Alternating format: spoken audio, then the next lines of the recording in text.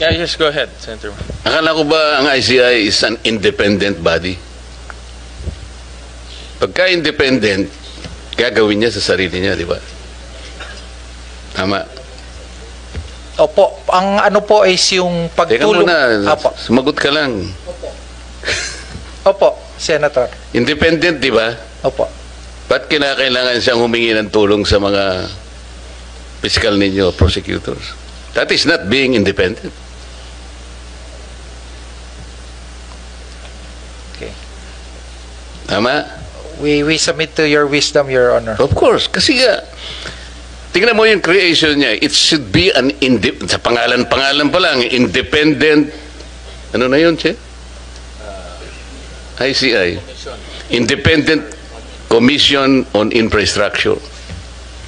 Pag binasa mo yung kanyang mga powers, di ba,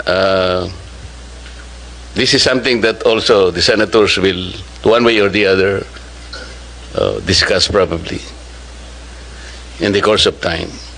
Sabi niya, upon request, it can obtain information from the House of Representatives, the Senate, the courts, the Ombudsman, and other authorities. So paano yun? Bakit ka independent? And dami mo namang nagre-request ka kung kani-kanino eh. Can the Senate refuse, for example? In observance of the separation of powers. Halimbawa, nag-request siya, address to the Senate President. Wala pa kaming choice. Because there are institutional boundaries. We need to exercise the system of checks and balances. So sasabihin niya, Independent Commission on Infrastructure. Paano kang independent eh? Dami mong kinakasangkapan, hingi ka ng hingi. You should obtain the information by yourself, all alone. Yun ang independent. Tama? Yes, Your Honor. Okay. May I continue, Mr. Chair? Oh, yes, go ahead, Senator Murphy. You're familiar with the now famous statement,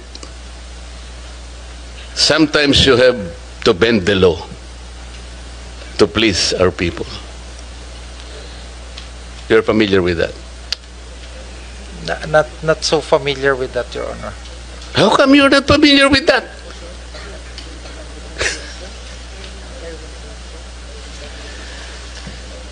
May I refresh your memory? Yes, thank you, Your Honor. We were talking about, this issue of restitution and blah, blah, blah. Hanggang dumating yung isang point where one of us made a suggestion. Sometimes we have to bend the law in order to please the people.